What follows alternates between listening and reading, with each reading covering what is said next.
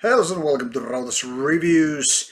Today's band comes from Finland and this is their debut album from a band called Whitemour.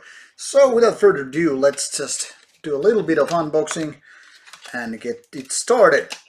So this band has been there for a few years now, but prior to this one, no proper albums.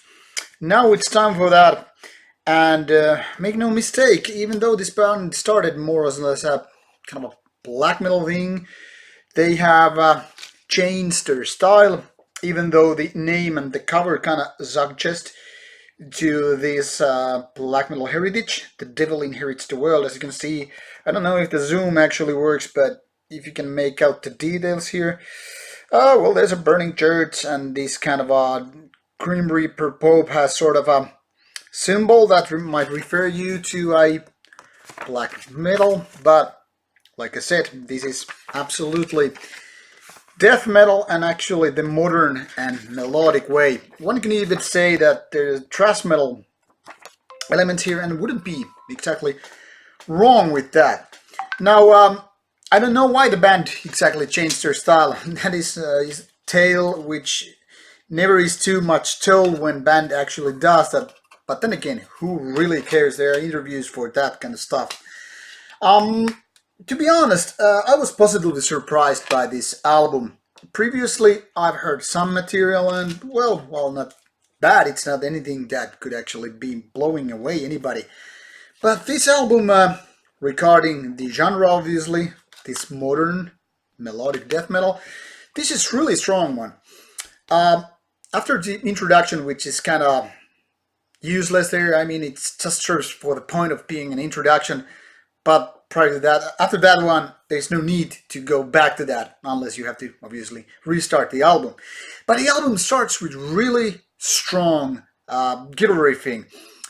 Even though the start is really simple and all that, there's nothing like, wow, man, the overall production kind of gives you the indication that this is for real. It's really strong, you know, the riffing is very kind of heavy, it's sharp, it's very clear in a way, but it's also real death metal sound. Now when the vocals come in play and melodic riffs enter the stage, it gets more complicated, but in a good way. It's clear that this is not a one-trick pony that is just about to, you know, have this kind of a simple riffing, and you get the idea. And when I say thrash, I don't mean thrash death hybrid, but I'm just stating that, like many old school death metal bands having kind of a trashy riffs there, kind of a mix between the two worlds, this is exactly what Whitemour is doing.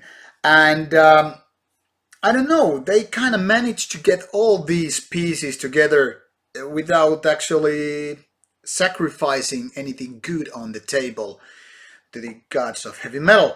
So every piece has its place on this particular puzzle, and it's nicely composed. One could claim that there are not enough kind of a hit riffs or hit songs, and that's kind of a true. This is not the material that is like instantly boring into your brains and you're just remembering those riffs right on, like everybody does with, you know, early classics, Beat Slayer, Metallica, Bathory, or whatever. But even that being said, these riffs are strong enough to make an impact. And also that goes with the vocals. They are not the best type of, you know, singing, growling, kind of a commanding stuff, but they are good. And when those are, yet again, combined with the production and the riffs and just everything on this album, the overall result is, in my opinion, quite strong.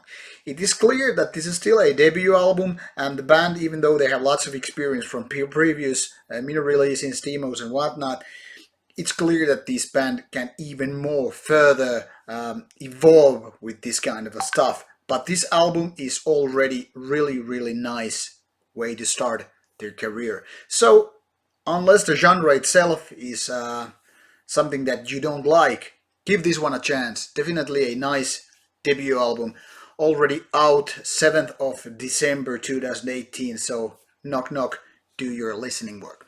See you soon, thank you for watching, bye bye.